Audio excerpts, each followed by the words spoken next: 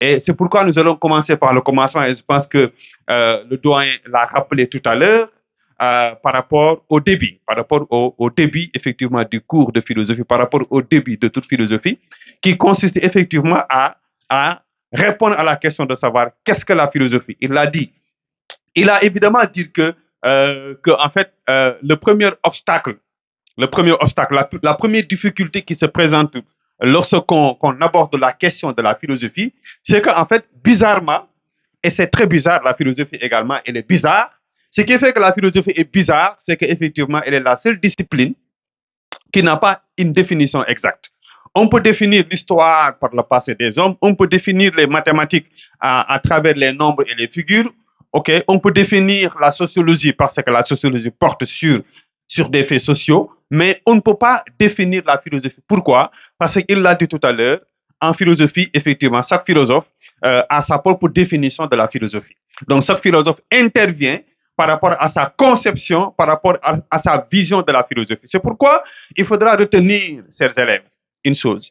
Lorsqu'on parle de questions relatives à la définition de la philosophie, lorsqu'on évoque effectivement des vérités en philosophie, retenez une chose. Il y a une pluralité de définitions en philosophie, il y a une pluralité de vérités en philosophie. C'est pourquoi il y a un très grand philosophe sénégalais qui nous a malheureusement quittés, qui s'appelle Alassane Ndao. Alassane Ndao disait que philosopher, c'est comprendre que nul dans le monopole de la philosophie. Autrement dit, philosopher, c'est comprendre que nul n'a le monopole de la définition de la philosophie, nul n'a le monopole de la vérité de la philosophie. Donc la vérité philosophique, elle est plurielle, la vérité philosophique, elle est diverse, et chaque philosophe, effectivement, intervient par rapport à sa conception, par rapport à sa méthode, par rapport à sa vision de la philosophie. Donc, la question de savoir, doit-on renoncer à définir la philosophie? Il faudra bien se rappeler. Moi, je donnerai successivement des sujets qui peuvent venir au bagarre, on ne sait pas. Voilà, donc à la question ou bien à ce sujet, doit-on renoncer à définir la philosophie? Donc, conformément à la définition proposée tout à l'heure par le doyen, à savoir que on ne peut pas définir la philosophie, parce que tout simplement, chaque philosophe définit la philosophie en fonction de sa conception de la vie, en fonction de sa vision de la philosophie. Donc, il n'y a pas en fait une seule définition propre à la philosophie. Il n'y a pas en fait une seule définition qui serait effectivement la définition retenue par les philosophes.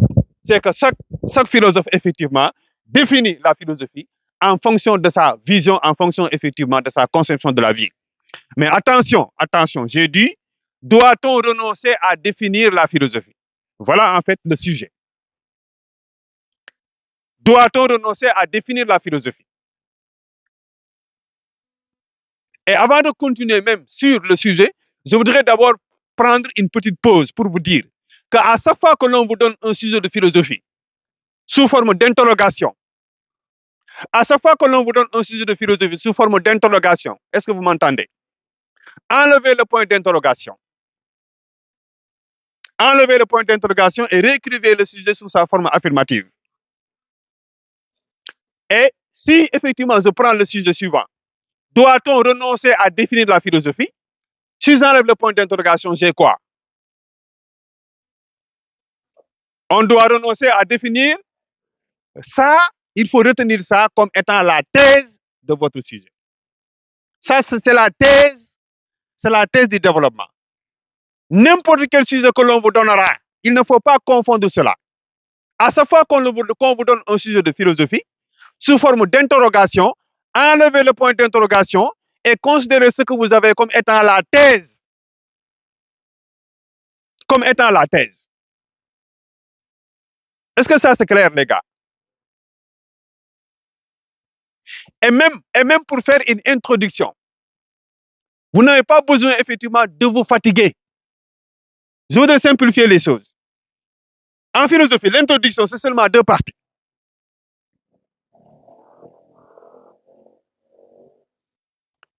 C'est seulement 2 parties. Dites-vous que M. Mboup m'a dit que pour introduire en philosophie, je peux seulement faire 2 parties dans l'introduction. Comment? Ce que j'ai dit tout à l'heure que on vous donne un sujet sous forme d'interrogation. Enlevez le point d'interrogation, vous avez le sujet en tant que tel. Par exemple, on doit renoncer à définir la philosophie. Au moins, vous savez pourquoi, n'est-ce pas? Vous savez pourquoi? Parce que la philosophie n'a pas un objet d'étude qui lui est propre. Les philosophes ne sont d'accord que sur leur désaccord. Il n'y a pas une seule vérité en philosophie, mais il y a plusieurs vérités en philosophie. C'est 3 phrases. Ces 3 phrases-là, je peux les écrire au niveau de l'introduction, comme étant la première partie de l'introduction. Je reviens.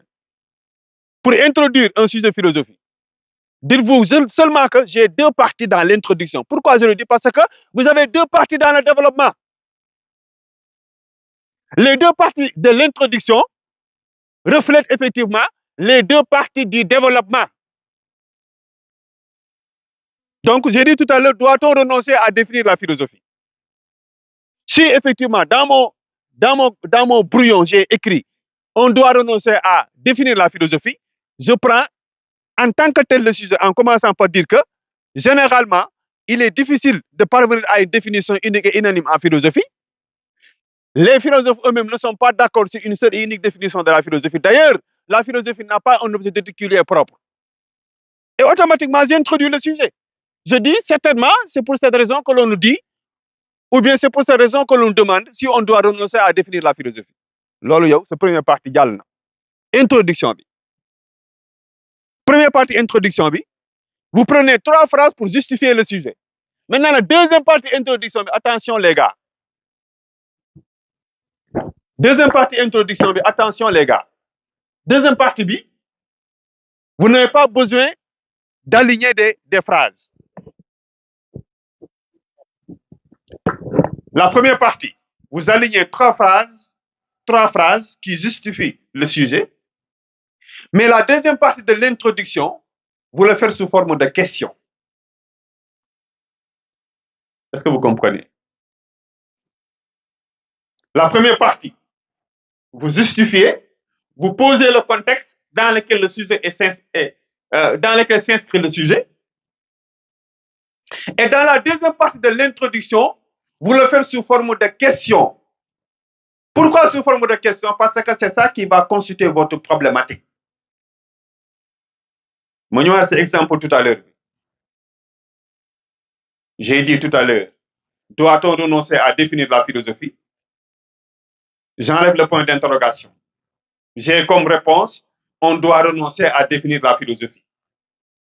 Quand je commence à introduire, je peux donner comme exemple. Généralement, la philosophie est la discipline la plus complexe. Les philosophes eux-mêmes ne peuvent pas parvenir à répondre à la question de savoir qu'est-ce que la philosophie. D'ailleurs, la philosophie n'a pas un objet d'étude qui lui est propre. Mieux, les philosophes ne sont d'accord que sur leur désaccord. Après Mani, c'est certainement la raison pour laquelle on me pose cette question à savoir, doit-on renoncer à définir la philosophie? Je dois passer à la problématique. Problématique B, je dois effectivement poser une question en introduisant toujours ce que j'appelle forcément, ou bien réellement, ou bien toujours, ou bien c'est réduit. Je prends un exemple. J'ai posé le sujet. J'ai dit, doit-on renoncer à définir la philosophie? Maintenant, pour problématiser, j'ai juste besoin de 2 questions ou bien 3 questions. Vous pouvez même faire 2 questions pour simplifier les choses. En faisant quoi? Je donne un exemple simple. Je vais dire, mais est-ce qu'on doit forcément renoncer à définir la philosophie? Est-ce que vous m'entendez? Est-ce qu'on doit forcément renoncer à définir la philosophie? Donc, poser question, tu es en train de problématiser. Je reprends. Mais est-ce qu'on doit renoncer à définir la philosophie? Une fois que je pose cette question, je vais encore poser une autre question en disant, ne doit-on pas définir la philosophie pour savoir ce que la philosophie est et ce qu'elle n'est pas? D'où ce que le doyen disait tout à l'heure, qui va constituer la deuxième partie de mon intervention. Parce que tout à l'heure, j'ai indiqué en disant que, certes, la philosophie n'a pas de définition exacte, les philosophes ne sont pas d'accord, ne sont d'accord que sur leur désaccord. La question, qu'est-ce que la philosophie, n'a jamais de réponse, mais attention. Si on renonce à définir la philosophie, Si on veut se contenter à dire que non, on ne peut pas définir la philosophie, il faut abandonner à définir la philosophie, non, là, on commet une erreur fatale. Pourquoi? Parce que si on ne définit pas la philosophie, si on ne caractérise pas la philosophie, si on ne propose pas une définition de la philosophie, tout le monde risque de se proclamer philosophe et n'importe quoi peut relever de la philosophie. Donc, pour éviter de tomber dans une confusion consistant à faire tout de la philosophie, consistant à faire n'importe qui un philosophe, alors il est propre, alors il est nécessaire, il est fondamental au moins de définir la philosophie. Est-ce que y a un moyen de les gars? Est-ce que vous comprenez? Certes, certes, on ne peut pas dire exactement ce qu'est la philosophie, et nous savons pourquoi. Parce que la philosophie n'a pas un objet d'étude qui lui est propre. L'histoire a un objet d'étude qui lui est propre et porte sur le passé. Donc l'histoire est définissable. La philosophie, son objet, c'est le tout, comme l'a dit Aristote. C'est la totalité de la connaissance. Les philosophes, est-ce qu'ils sont d'accord sur une seule définition de la philosophie? Non. Est-ce qu'en mathématiques, tout le monde est d'accord que les mathématiques portent sur les nombres et les figures? Oui. Mais alors, on ne peut pas, de ce point de vue. C'est pourquoi c'est important, chers élèves, quand vous faites la dissertation. De ce point de vue, sous cet angle, dans ce contexte-là, on peut dire qu'il faut renoncer à définir la philosophie. Mais attention, si on renonce à définir la philosophie, mais est-ce que X ne va pas se proclamer comme étant philosophe? Est-ce qu'une simple phrase ne va pas se proclamer comme relevant de la philosophie? Donc, pour éviter que n'importe qui se proclame comme philosophe, pour éviter que n'importe quoi soit considéré comme relevant de la philosophie, alors il faut faire attention et définir la philosophie de manière approximative et de manière probable. On peut définir la philosophie sans pour autant l'enfermer. On peut définir la philosophie sans pour autant la tuer. On peut définir la philosophie sans lui porter préjudice. Alors, quelle définition propose-t-on? Et la première définition qui vient à l'esprit vient tout simplement de l'étymologie même du mot philosophie qui signifie amour de la sagesse. Amour de la sagesse. Même en disant que la philosophie est amour de la sagesse, ça ne règle pas le problème, les gars. Pourquoi? Parce qu'il nous faut savoir quelle sagesse est philosophique et quel amour est philosophique. C'est compliqué, mais c'est simple. Est-ce que la sagesse philosophique renvoie à la sagesse traditionnelle? Est-ce que la sagesse philosophique renvoie à la sagesse orientale, africaine? Est-ce que la sagesse philosophique renvoie à un ensemble de connaissances, de savoirs, de manières d'être, de valeurs propres à une société, propres à un groupe, et qui reposerait sur des vérités indiscutables et indépassables? Paulin Untonju nous dit que la sagesse entendue dans ce sens-là n'est pas philosophique. Vous voyez, parfois c'est ça qui manque. Je peux venir vous dire au bac, toute sagesse est-elle philosophique? Je peux vous donner ça au bac comme sujet. Toute sagesse est-elle philosophique?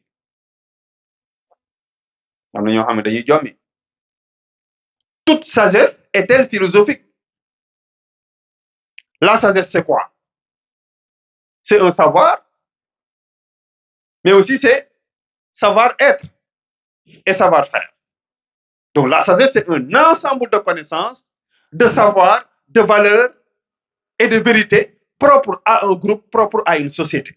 Donc si par sagesse, on entend un ensemble de valeurs traditionnelles, un ensemble de valeurs religieuses, alors dans ce contexte-là, il faut comprendre que la sagesse n'est pas effectivement philosophique. Cette sagesse-là n'est pas philosophique parce que cette sagesse, effectivement, repose plutôt sur des vérités indiscutables. Parce que les hommes n'ont pas attendu la philosophie pour parler de la sagesse. Il y a toujours eu des sociétés qui incarnent une certaine sagesse. Vous allez dans les sociétés sérieuses, il y a une sagesse qui leur est propre. Vous allez dans les sociétés Wolof, il y a une sagesse qui leur est propre. Vous allez dans les sociétés Mankagne, il y a une sagesse qui leur est propre. Donc, avant de nous parler de la sagesse philosophique, il faut d'abord faire la différence, il faut d'abord faire la part des choses et montrer que la sagesse philosophique n'a rien à voir avec cette sagesse qui se transmet de génération en génération. Et vous allez deviner automatiquement que la sagesse dont on parle en philosophie, c'est une quête perpétuelle et permanente de la vérité. Et cette sagesse-là, si elle est accompagnée par amour, c'est parce que tout simplement la sagesse philosophique n'est pas atteignable. On ne peut pas accéder à la sagesse philosophique de manière absolue. On ne peut que la rapprocher, comme on approche tout simplement ces droits asymptotiques. C'est pourquoi le doyen l'a rappelé tout à l'heure. Quand Socrate disait que tout ce que je sais, c'est que je ne sais rien, c'est parce que Socrate est habité par cet amour-là, qui signifie rien d'autre que ce qu'on n'est pas, ce qu'on n'a pas, ce dont on manque. C'est ça l'amour. L'amour traduit un manque. Or, le philosophe ne peut pas se dire je suis amoureux du savoir et en même temps vouloir avoir le monopole de la connaissance. C'est deux choses différentes. Les choses sont simples. Vous n'avez pas besoin effectivement de vous compliquer la vie. Donc, on peut retenir de ce point de vue que la philosophie renvoie à l'amour de la sagesse. Mais cette sagesse-là n'est pas un ensemble de vérités qu'on va capturer dans la réalité, mais c'est une vérité vers laquelle on tend sans jamais l'atteindre de manière définitive. C'est ça, en fait, l'amour, c'est ça, effectivement, la sagesse philosophique. Mais cette quête de la vérité, il faut le dire, cette quête de la vérité doit être accompagnée par un esprit critique. Le philosophe ne peut pas aller à la quête perpétuelle de la vérité avec l'esprit naïf. Le philosophe ne peut pas tendre vers la sagesse avec l'esprit naïf. C'est pourquoi le philosophe doit s'armer de doutes, de critiques et de questionnements. Et de ce point de vue, vous le savez tous, il n'y a pas de philosophie là où il n'y a pas de doute. Il n'y a pas de philosophie là où il n'y a pas de questionnement. Il n'y a pas de philosophie là où il n'y a pas de critique. Et faites attention, il ne faut jamais écrire au bac qu'il y a un doute philosophique et un doute non philosophique. Il y a des élèves qui commettent l'erreur en disant que le doute philosophique, c'est le doute de Descartes, le doute non philosophique, c'est le doute qui ne sert à rien, c'est le doute sceptique. Attention, le scepticisme appartient à la philosophie. Cela veut dire que le philosophe peut douter pour accéder à la vérité, il peut aussi douter pour renoncer à la vérité. D'où l'autre sujet que je vais vous donner tout à l'heure. Doit-on douter de tout? Doit-on douter de tout? Si vous enlevez le point d'interrogation, comme je l'ai dit tout à l'heure, vous avez quoi? On doit douter de tout. Donc, si on doit douter de tout, ça veut dire quoi? Que la vérité n'existe pas. La connaissance n'existe pas. Que rien n'existe. Et qu'il faut suspendre définitivement son jugement. C'est ça également la signification du doute, ne l'oubliez pas. Douter signifie suspendre définitivement son jugement. Donc, si on doit douter de tout, alors on doit renoncer à la vérité, on doit renoncer à la connaissance. C'est ce doute-là qu'on appelle le doute sceptique, ou bien le scepticisme, qui est une doctrine philosophique qui repose sur le principe suivant lequel la vérité n'existe pas, la connaissance n'existe pas, l'homme doit suspendre définitivement son jugement. Et pour être heureux, il ne faut rien prendre comme vrai. Il faut considérer que tout est faux, il faut considérer que tout relève de l'illusion. Lolo moi, le doute sceptique. Et le doute sceptique est un doute philosophique. N'oubliez pas ça. Donc, on doit douter de tout. Lolo moi, thèse. Mais si on doit aller vers l'antithèse, vers la problématique, on doit se poser la question de savoir, mais si on doute de tout, mais alors, à quoi sert finalement le doute? Le doute ne peut-il pas être une méthode, un moyen par lequel on accède à la vérité? Et là, vous l'avez tout fait en classe, il s'agit tout simplement de convoquer Descartes, le discours de la méthode. Descartes n'a pas fait du doute une fin en soi. Pour Descartes, le doute est un moyen par lequel on accède à la vérité. Et c'est la même chose, hein, chers élèves. Même si on vous donne un sujet qui dit philosopher et se renoncer à la vérité, c'est la même chose. Quand je vous dis, doit-on douter de tout? C'est la même chose quand je vous dis, doit-on s'interroger la réalité et ne rien prendre comme vrai? Donc, la philosophie est un moyen pour accéder à la vérité, nous dit Descartes. La philosophie est un moyen pour accéder à la vérité, nous dit Socrate. Donc, le doute méthodique, c'est ce doute-là qui nous permet tout simplement d'accéder à la vérité et à la connaissance. Donc, il faut retenir qu'il y a deux formes de doute. Il y a le doute sceptique qui consiste à tout remettre en question, qui consiste à douter de tout, qui consiste à renoncer à la vérité. Et de l'autre côté, il y a le doute méthodique. C'est le doute inauguré par Descartes, consistant à dire que la vérité peut bien exister, mais pour accéder à la vérité, il me faut tout simplement tout examiner. Il l'a dit même dans le discours de la méthode. Il fallait que je rejette comme absolument faux tout ce en quoi je pourrais imaginer le moindre doute, afin de voir si je sais quelque chose en ma créance qui fait entièrement indubitable. Mais les citations, ces élèves ne sont pas obligatoires dans une dissertation. Ce n'est pas obligatoire. Vous n'êtes pas obligé dans une dissertation de citer un auteur. Vous n'êtes pas obligé dans une dissertation de donner une citation. Est-ce que ça c'est clair? Je dis. Et personne ne peut effectivement discuter cela. Vous pouvez faire une dissertation sans citer un philosophe. Vous pouvez faire une dissertation sans donner une citation. Parce que moi qui corrige au bac, moi en tant que correcteur, moi je ne corrige pas les citations. Je n'apprécie pas les auteurs. Moi, j'apprécie votre capacité argumentative. J'apprécie votre capacité à conceptualiser. J'apprécie effectivement la communication parce qu'il y a des barèmes. On nous donne des barèmes. Doyen a dit tout à l'heure que la philosophie est aléatoire. Oui, d'une part, mais d'autre part, attention, non. Il ne faut pas penser que non, le prof qui débarque ici va corriger en fonction de ses humeurs.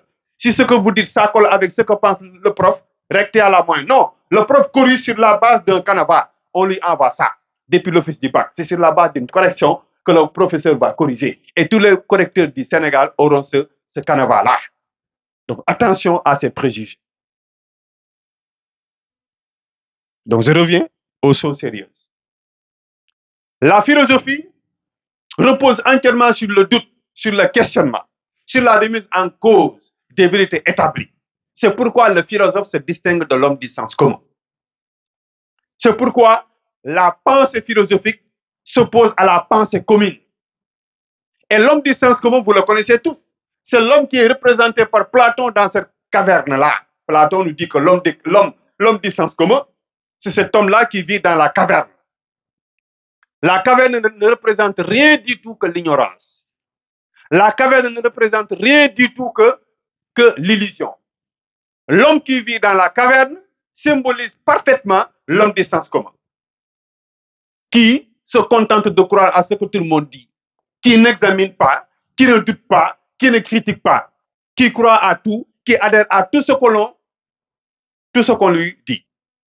Par contre, le philosophe, lui, malheureusement, ou bien heureusement, n'adhère jamais à une vérité sans l'avoir examinée. C'est pourquoi la différence entre l'homme du sens commun et le philosophe, c'est que le philosophe, lui, il doute avant d'adhérer à une vérité, alors que l'homme du sens commun, lui, il adhère naïvement à une vérité. C'est pourquoi, quand on parle de rapport entre le philosophe et l'homme du sens commun, il faut toujours avoir à l'esprit que le rôle de la philosophie consiste à libérer l'homme du sens commun de ses illusions et de son ignorance. Il ne faut jamais oublier ça. Le rôle de la philosophie consiste à libérer l'homme de son ignorance. Je me rappelle, quand j'étais à Kébémer, j'avais donné un sujet qui avait fait quand même naufrage à l'époque. Le sujet disait ceci. Le philosophe doit-il aller à l'encontre du sens commun? Le philosophe doit-il aller à l'encontre du sens commun? Le philosophe doit-il aller à l'encontre du sens commun? Si j'enlève le point d'interrogation, j'ai quoi? Le philosophe doit aller à l'encontre du sens commun. Loolu mooy thèse bi. Je peux reformuler le sujet en disant la philosophie s'oppose-t-elle au sens commun? Mais attention, ici, l'erreur consiste à dire que à chaque fois que je dis une chose dans une dissertation, je dois dire le contraire. Attention. Il y a beaucoup d'élèves qui pensent que de mon oui, fii damay wax non. Mën nga wax oui, wax non mu jàll, am na yenn oui ak non boo xam ne du jàll. C'est pourquoi là, c'est une question de bon sens, c'est une question de réflexion. Parce que vous pouvez dire que la philosophie va à l'encontre du sens commun, parce que la philosophie s'oppose radicalement au sens commun. La philosophie n'est pas une affaire de naïveté et d'ignorance. Le philosophe, il est ignorant, mais il sait qu'il est un ignorant. Mais l'homme du sens commun, il est ignorant, mais il ne sait pas qu'il est un ignorant. C'est pourquoi on ne peut pas établir un rapport de complémentarité entre le philosophe et l'homme du sens commun. Parce que je sais qu'il y a des élèves qui, dans leur tête, vont, dans l'antithèse, dire que la philosophie ne va pas à l'encontre du sens commun. Vous le faites dingue.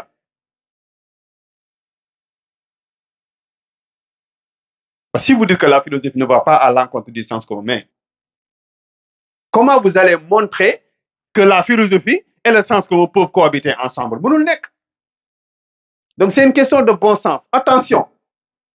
Donc le rapport entre philosophie et sens commun a un rapport de complémentarité, mais a un rapport d'opposition. OK? Donc entre la philosophie et le sens commun, il n'y a pas de rapport de complémentarité. Il ne faut pas oublier cela. Et je passe sur ce point, après nous allons y revenir. Le deuxième point va concerner le rapport entre la philosophie et la religion.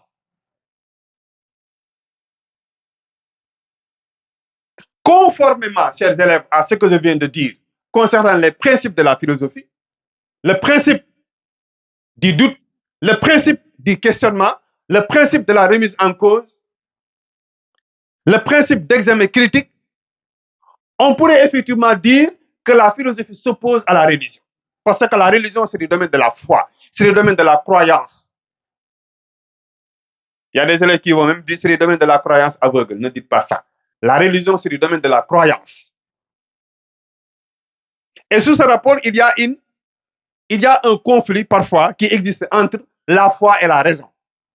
Et certainement, vous avez fait ce texte en classe, le texte de Marcien Toa, qui dit que la philosophie entre en conflit avec la religion. Pourquoi? Parce que la religion se considère comme ayant le monopole de la vérité. La religion considère que ces vérités ne doivent pas être discutées. La religion considère qu'on doit se soumettre à ces vérités. La religion considère que ces vérités, effectivement, sont sacrées parce qu'elles sont de l'ordre de la révélation.